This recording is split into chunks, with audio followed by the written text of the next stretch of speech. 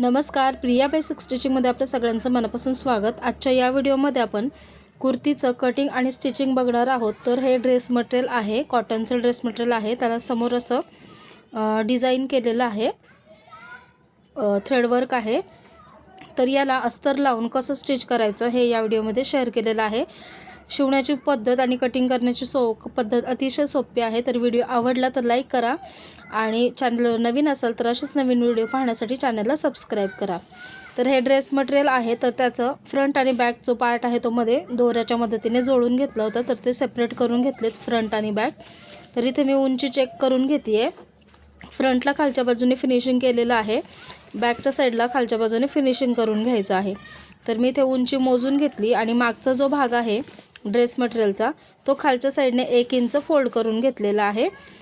त्यानंतर दोन्ही जे पार्ट आहेत ते लेवलला ठेवलेले आहेत आणि त्याची जी उंची आहे तर ती व्यवस्थित मोजून मी कट करून घेतली। 41.5 लेंथ इथं आहे ड्रेस मटेरियलची, तर अर्धा इंच शोल्डरला शिलाईमध्ये जाईल, तर 41 इंच तयार होईल। खालच्या बाजूने फिनिशिंग करून घेतलेली आहे। बॅक आणि फ्रंटचा पार्ट कटिंग करून घेतलेला आहे। 2 मीटर अस्तर घेतलेलं आहे, त्याला छान इस्त्री करून घेतली। खालच्या बाजूने एकसारखं कटिंग करून घेतलंय। 4 फोल्डमध्ये अस्तर कटिंग घेतलेलं आहे। एका वेळी आपले बॅक आणि फ्रंट दोन्ही निघतील। तर फोल्ड बाजू जी आहे ती माझ्याकडे आहे, जेवढी टॉप पार्टची लेंथ आहे त्याच्यापेक्षा अस्तर 2 इंच कमी घेऊ शकता। तर इथे आता अस्तरची लेंथ आहे 38.5 इंच, तर 1 इंच खाली फोल्ड करण्यात जाईल आणि अर्धा इंच वरती शोल्डरला जाईल, तर त्याच्यातून 1.5 इंच कमी होईल। तर आता इथे फोल्ड बाजूकडून माप टाकायचे आहेत। तर इथे शोल्डर घेतलेला आहे 7 इंच, पूर्ण शोल्डर आहे 14 इंच। समांतर अंतरावर मार्किंग करून घेतलं आणि शोल्डरच्या लाईनपासून खाली आर्महोल घेतलेला आहे 7 इंच। गळे जे आहेत बॅकचे ते छोटा आहे, त्याच्यामुळे पूर्ण शोल्डर इथे घेतलेला आहे। गळ्यावर डिपेंड असतं की आपण शोल्डर किती घ्यायचे, जेवढा गळा डीप असेल तेवढं शोल्डर कमी घ्यायचं असतं। तर इथे मी मार्किंग करून घेतलं शोल्डरची लाईन आणि आर्महोलची लाईन। शोल्डरपासून खाली टेप घेतलेला आहे, जेवढी आपली कंबर उंची असणार आहे तिथे एक मार्किंग करायचं आहे। इथे आहे 15 इंच, त्याच्यावर एक मार्किंग केलं आणि तिथून खाली जिथून कट येणार आहे तर तिथे मार्किंग करायचं आहे। तर कट उंची आहे 21 इंच, तर त्याच्यामध्ये अर्धा इंच प्लस केलं कारण शोल्डरमध्ये आपला अर्धा इंच जाईल, तर 21.5 इंचावर मार्किंग करून घेतलं। हे दोन्ही जे मार्किंग आहेत तर त्याच्या लाईन ड्रॉ करून घ्यायच्या आहेत। हे जे माप आहे कुर्तीचं ते अंगावर घेतलेलं आहे, त्याप्रमाणे ही माप आहेत। आता इथे आर्महोलच्या लाईनवर चेस्टचं माप टाकायचे, चेस्टचा चौथा भाग टाकायचा आहे। त्याच्या पुढे अर्धा इंच लूजिंग दिलेलं आहे। लूजिंगमध्ये नको हवा असेल तुम्हाला तर नाही दिलं तरी चालेल, किंवा पाव इंच दिलं तरी सुद्धा चालेल। त्याच्या पुढे 2 इंच शिलाई मार्जिन। इथे कमरेच्या लाईनवर कमरेचा चौथा भाग प्लस अर्धा इंच लूजिंग आणि 2 इंच शिलाई मार्जिन। त्यानंतर ही जी सीटची लाईन आहे कट उंचीची, तिथे सीट घेराचा चौथा भाग प्लस अर्धा इंच लूजिंग आणि 1 इंच शिलाई मार्जिन। तर सर्व साईजमध्ये हे जे माप असणार आहे ती टाकण्याची पद्धत सेम असणार आहे, फक्त चेस्ट, वेस्ट आणि हिपचं जे काही माप असेल त्याप्रमाणे मेजरमेंट चेंजेस होतील। तर जेवढं हिपच्या तिथं घेतलेलं आहे तेवढंच खाली सेम घेतलेलं आहे। खालचा घेर जास्त हवा असेल तर थोडंसं अर्धा ते 1 इंच तुम्ही तिथे वाढवू शकता। तर मी सेमच ठेवलेलं आहे। सीट घेराचे तिथे 11.25 इंच आलेलं आहे, खालीही तेवढंच घेतलेलं आहे। आता हे जे पॉईंट आहेत ते जोडून घ्यायचे आहेत।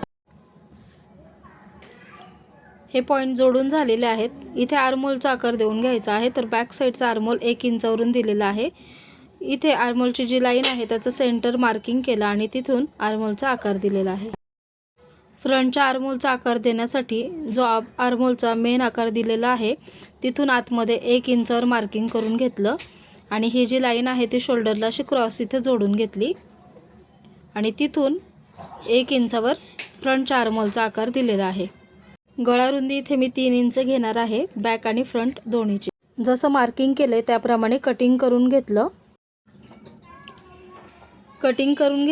त्याच्यानंतर कमरेच्या तिथे जे मार्किंग आहे तिथे एक कट देऊन घ्यायचा आहे आणि सीट घेरच्या तिथे जे मार्किंग आहे तिथे एक कट देऊन घ्यायचा, म्हणजे फिटिंग करताना व्यवस्थित फिटिंग करता येते। इथे फोल्ड आहे ते कट करून घेतलं। फ्रंट आणि बॅकला शोल्डर उतार द्यायचा आहे अर्धा इंच, इथे शोल्डरच्या बाजूने अर्धा इंचावर मार्किंग केलं आणि ते कट करून घेतलं। तर असं फ्रंट आणि बॅक हे सेपरेट झालेले आहेत। फ्रंटचा आर्महोलचा आकार आहे तो कटिंग करून घेतला। तर असं हे फ्रंट आणि बॅकचं कटिंग झालेलं आहे। बॅकचा पार्ट घेतलाय आणि इथे गळा रुंदी घेतली 3 इंच, त्यामध्ये अर्धा इंच शिलाई मार्जिन ॲड करून 3.5 इंचावर गळा खोली जी आहे ती मार्किंग केली आणि गळ्याचा आकार गोलाकार देऊन घेतला। अस्तर जे आहे ते बरोबर मधोमध फोल्ड करून घेतला आणि दुसऱ्या साईडला मार्किंग आहे ते सुद्धा प्रेस करून घेतलं, त्याला डार्क करून घेतलं। इथे कॅनव्हास लावणार नाही आहे, डायरेक्ट अस्तरवरच पलटी करणार आहे। तर दुसऱ्या साईडला गळ्याचं मार्किंग केलं, ते डार्क करून घेतलं। तर हे बॅक साईडचं मार्किंग झालेलं आहे आणि फ्रंटला गळा जो आहे तो तयार आहे फॅब्रिकवर, तर त्याप्रमाणेच गळा करायचा आहे। तर इथं मेन फॅब्रिक घेतलेलं आहे, हे बॅक साईडचा हा पार्ट घेतलेला आहे आणि त्याला खालच्या बाजूने असं 1 इंचाचं फोल्डिंग करून घेतलेलं आहे। त्यानंतर दोन्ही जे कापड आहे ते मेजरमेंट करून घेतलेलं आहे व्यवस्थित, जेवढी उंची तयार पाहिजे दोन्हीचं सेम करून घेतलेलं आहे। वरती जे कमी जास्त होतं ते एकसारखं कटिंग करून घेतलं। आता याची उंची मिळालेली आहे इथे 41.5 इंच, तर अर्धा इंच शोल्डरमध्ये शिवण्यात जाईल, तर 41 इंच उंचीचा हा टॉप तयार होईल। टॉप स्टिच करण्याची अगदी सोपी पद्धत पाहूयात। तर इथे मी बॅक पार्ट पहिल्यांदा तयार करून घेणार आहे। त्याचं मेन फॅब्रिक खाली सरळ ठेवलेलं आहे आणि त्याच्यावर अस्तर ठेवलेलं आहे। मेन फॅब्रिक जे आहे ते कडेने दोन्ही साईडने थोडं थोडं एक्स्ट्रा घेतलेलं आहे। गळ्याकडच्या बाजूने वरती अस्तर आणि मेन फॅब्रिकची लेवल सेमच ठेवायची आहे। गळ्याचा जसा आकार आहे त्याप्रमाणे स्टिच करून घ्यायचा आहे। खालच्या बाजूने डबल फोल्ड करायचं आहे अस्तरला आणि एक स्टिच करून घ्यायचं आहे। तर जसा गळ्याचा आकार आहे त्याप्रमाणे स्टिच करून घेतलेला आहे आणि खालच्या बाजूने सुद्धा अस्तर फोल्ड केलेलं आहे। याला पाव इंच थोडं मार्जिन ठेवून गळ्याचा जसा आकार आहे त्याप्रमाणे कटिंग करून घ्यायचं आहे आणि त्याला नॉचेस देऊन घ्यायचे आहेत। त्यानंतर अस्तर जे आहे ते आतल्या बाजूने टर्न करून घ्यायचं आहे। गळ्याच्या कडेने एक प्रेस स्टिच देऊन घ्यायचे आहे आणि चारही बाजूने मेन फॅब्रिकला अस्तर जे आहे ते जोडून घ्यायचं आहे।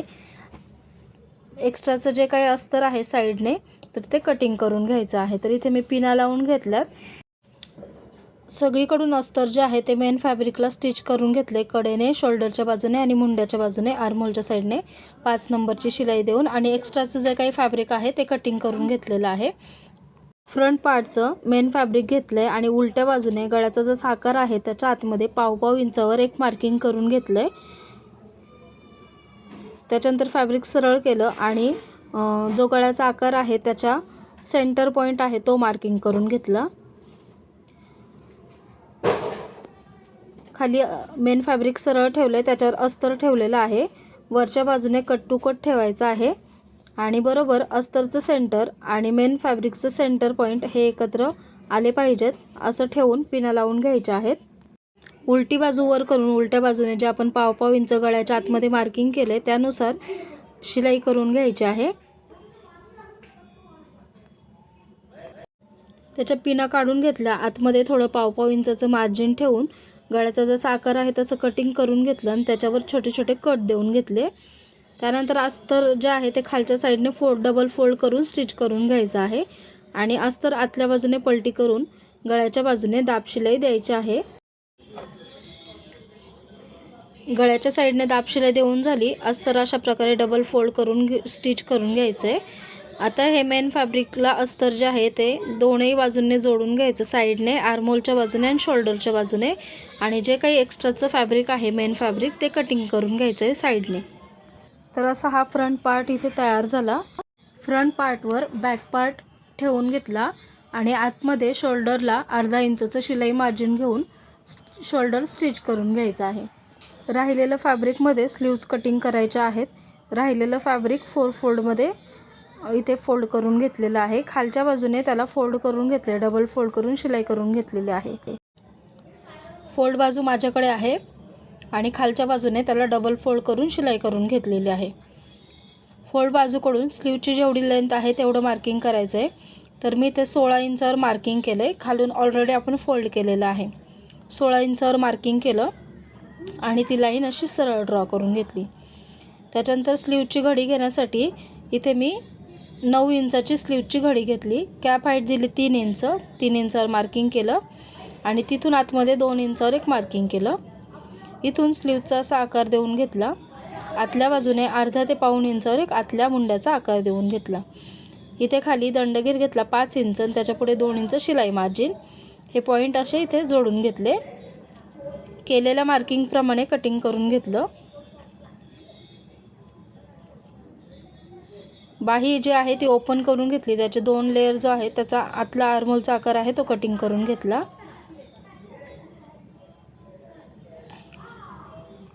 तर हे स्लीव्हचं कटिंग झालेलं आहे। स्लीव्जला मी इथे वरच्या बाजूला थोडंसं अस्तर लावणार आहे। तर मी इथे 5 इंच मेजरमेंटचे हे अस्तर घेतलेलं आहे। खाली त्याला किनार आहे अस्तरची, त्याच्यामुळे फोल्ड करणार नाही आहे तिथे। तर 5 इंचावर मार्किंग करून घेतलं आणि ही स्लीव्ह जी आहे ती अशी इथून ठेवून वरच्या बाजूने त्याला स्टिच करून घ्यायचं आहे, साईडने स्टिच करून घ्यायचं। तर तेवढं अस्तर तिथे मी स्लीव्हसाठी लावणार आहे। दोन्ही स्लीव्ज तयार करून घेतल्या।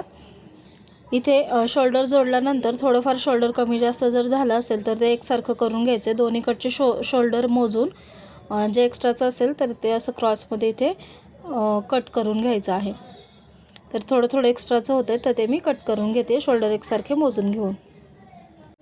इथे स्लीव्जला बघू शकता अशा प्रकारे मी इथे अस्तर लावून घेतलेलं आहे। आतल्या बाजूने वरच्या बाजूने स्टिच करून घेतले, साईडने स्टिच करून घेतले, मध्ये ओपनच आहे आणि तिथे फोल्ड करणार नाही आहे कारण ऑलरेडी किनार आहे। तर असं मी दोन्ही स्लीव्जला तयार करून घेतलेलं आहे। स्लीव्ज आता टॉप पार्टला जोडून घ्यायच्या आहेत। तर सेंटरपासूनच स्लीव्ज जोडायला सुरुवात करायची, म्हणजे त्या दोन्हीकडे व्यवस्थित पुरतात, स्लीव्ज कमी जास्त होत नाही। स्लीव्ज इथे जोडून घेतलेले आहेत। आता याची फिटिंग करण्याची अगदी सोपी पद्धत पाहूयात। टॉप पार्ट उलटा करून घ्यायचा आहे आणि त्याच्या ज्या कडेच्या बाजू आहेत ते एकमेकांना जुळवून ठेवायचे। तर इथं सुरुवातीला आपण जे नॉचेस दिले होते अस्तरवर तर ते एकमेकांना जोडून ठेवायचे आहेत। बघू शकता इथं दाखवले त्याप्रमाणे। त्याच्यानंतर कमरेचा जो कट आहे तो सुद्धा एकमेकांवरच आला पाहिजे अशा प्रकारे ठेवून घ्यायचा आहे। त्याला मी इथे पिना लावून घेते आहे, म्हणजे ते हलणारच नाही अजिबात। तर इथे मी पिना लावून घेतल्या आणि इथे पण पिना लावून घेणार आहे। हा सुद्धा पार्ट व्यवस्थित एकसारखा करून पिना लावून घेते आहे। फिटिंग टाकण्यासाठी आता सीट घेराच्या तिथे पहिल्यांदा एक मार्किंग करायचं आपल्याला। इथे 1 इंच फोल्डिंगसाठी आपण घेतलं होतं, तर बाहेरच्या बाजूने 1 इंचावर मी मार्किंग केलं। कमरेच्या साईडला 2 इंच एक्स्ट्रा मार्जिन घेतलं होतं। चेस्टच्या तिथे 2 इंच एक्स्ट्रा मार्जिन घेतलं होतं, तर तिथे मार्किंग करून घेतलं। स्लीव्ज एकसारखी करायची आणि सेंटरपासून जो काही तिथे दंडघेर असेल तो घेतला आहे। तर इथे 5 इंचावर मी मार्किंग केलं आहे आणि इथून 8 इंचाची स्लीव्ज मोजून घेतली आणि तिथे 5.25 इंचावर मार्किंग करून घेतलेलं आहे। तर हे जे पॉईंट आहेत ते जोडून घ्यायचे आहेत। 5.25-6 इंचावर घेऊ शकता, थोडंसं लुझिंग देऊ शकता।